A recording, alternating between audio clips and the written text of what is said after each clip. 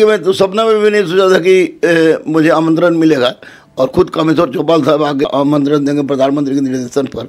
जब मैं वहाँ गया तो वहाँ की स्थिति में था, चूँकि बहुत बड़े सेलिब्रिटी थे, लेकिन वहाँ जाने के बाद, अयोध्या जाने के बाद यही लगा कि क्या सच में फिर से त्रेता युग का पुनर्भव हो गया है, त्रेता युग आ गया है।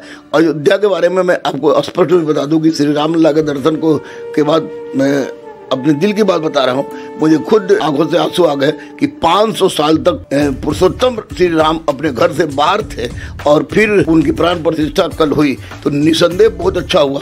और आपको ये बताने में मुझे तनिक भी संकोच नहीं हो रहा है कि 2-3 साल बाद अयोध्या भारत के सर्वश्रेष्ठ नगरों में एक नगर के रूप में माना जाएगा। और हम कहें कि स्वर्ग के जैसा लग रहा था अयोध्या, तो इसमें कोई अतिशयोक्ति नहीं होगी। चूँकि बच्ची की मेरी परीक्षा फरवरी में आपको बोर्ड का एग्ज़ाम है, तो फरवरी के उसका बोर्ड का एग्ज़ाम खत्म हुआ तो मैं अपने संपूर्ण परिवार मेरे गुरुकुल के बच्चे सब होते हैं, सबके साथ जरूर जाऊंगा, क्योंकि मेरा यही मानना है कि जो जीवित रहते हुए अगर अयोध्या धाम का यात्रा अब नहीं करता है, उससे बड़ा कोई बदकिस्मत नहीं होगा। मैं तो धन्य हो गया।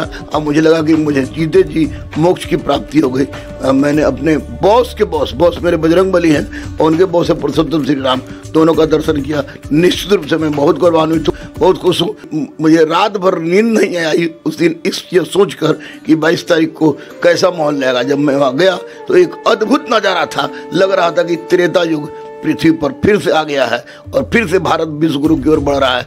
और एक बात आपको स्पष्ट से बता दूं कि पुरुषोत्तम श्री राम राष्ट्र राज्य की अवधारणा का जो हमारे रामायण में दिया गया है, उसको चरितार्थ करने में माननीय मोदी जी का बहुत बड़ा योगदान है।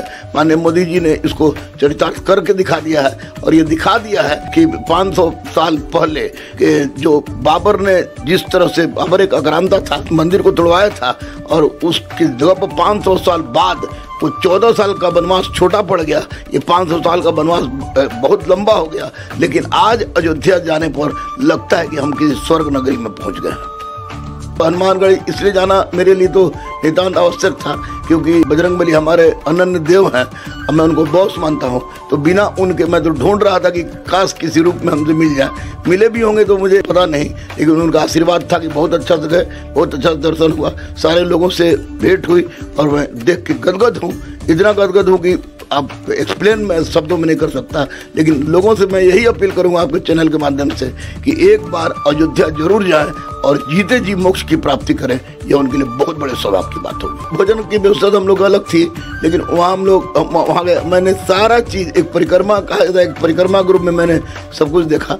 और माननीय प्रधानमंत्री और योगी जी के इस क्रियाकलाप को देखने के पश्चात ये लगा कि काश बिहार में भी सीता मैया की भूमि जो है सीतामढ़ी, उसको भी उसी तरह विकसित किया जाए, ताकि जिस तरह अयोध्या पूरे विश्व में धूम मचा रहा है, उसी तरह सीतामढ़ी पूरे विश्व में धूम मचाए।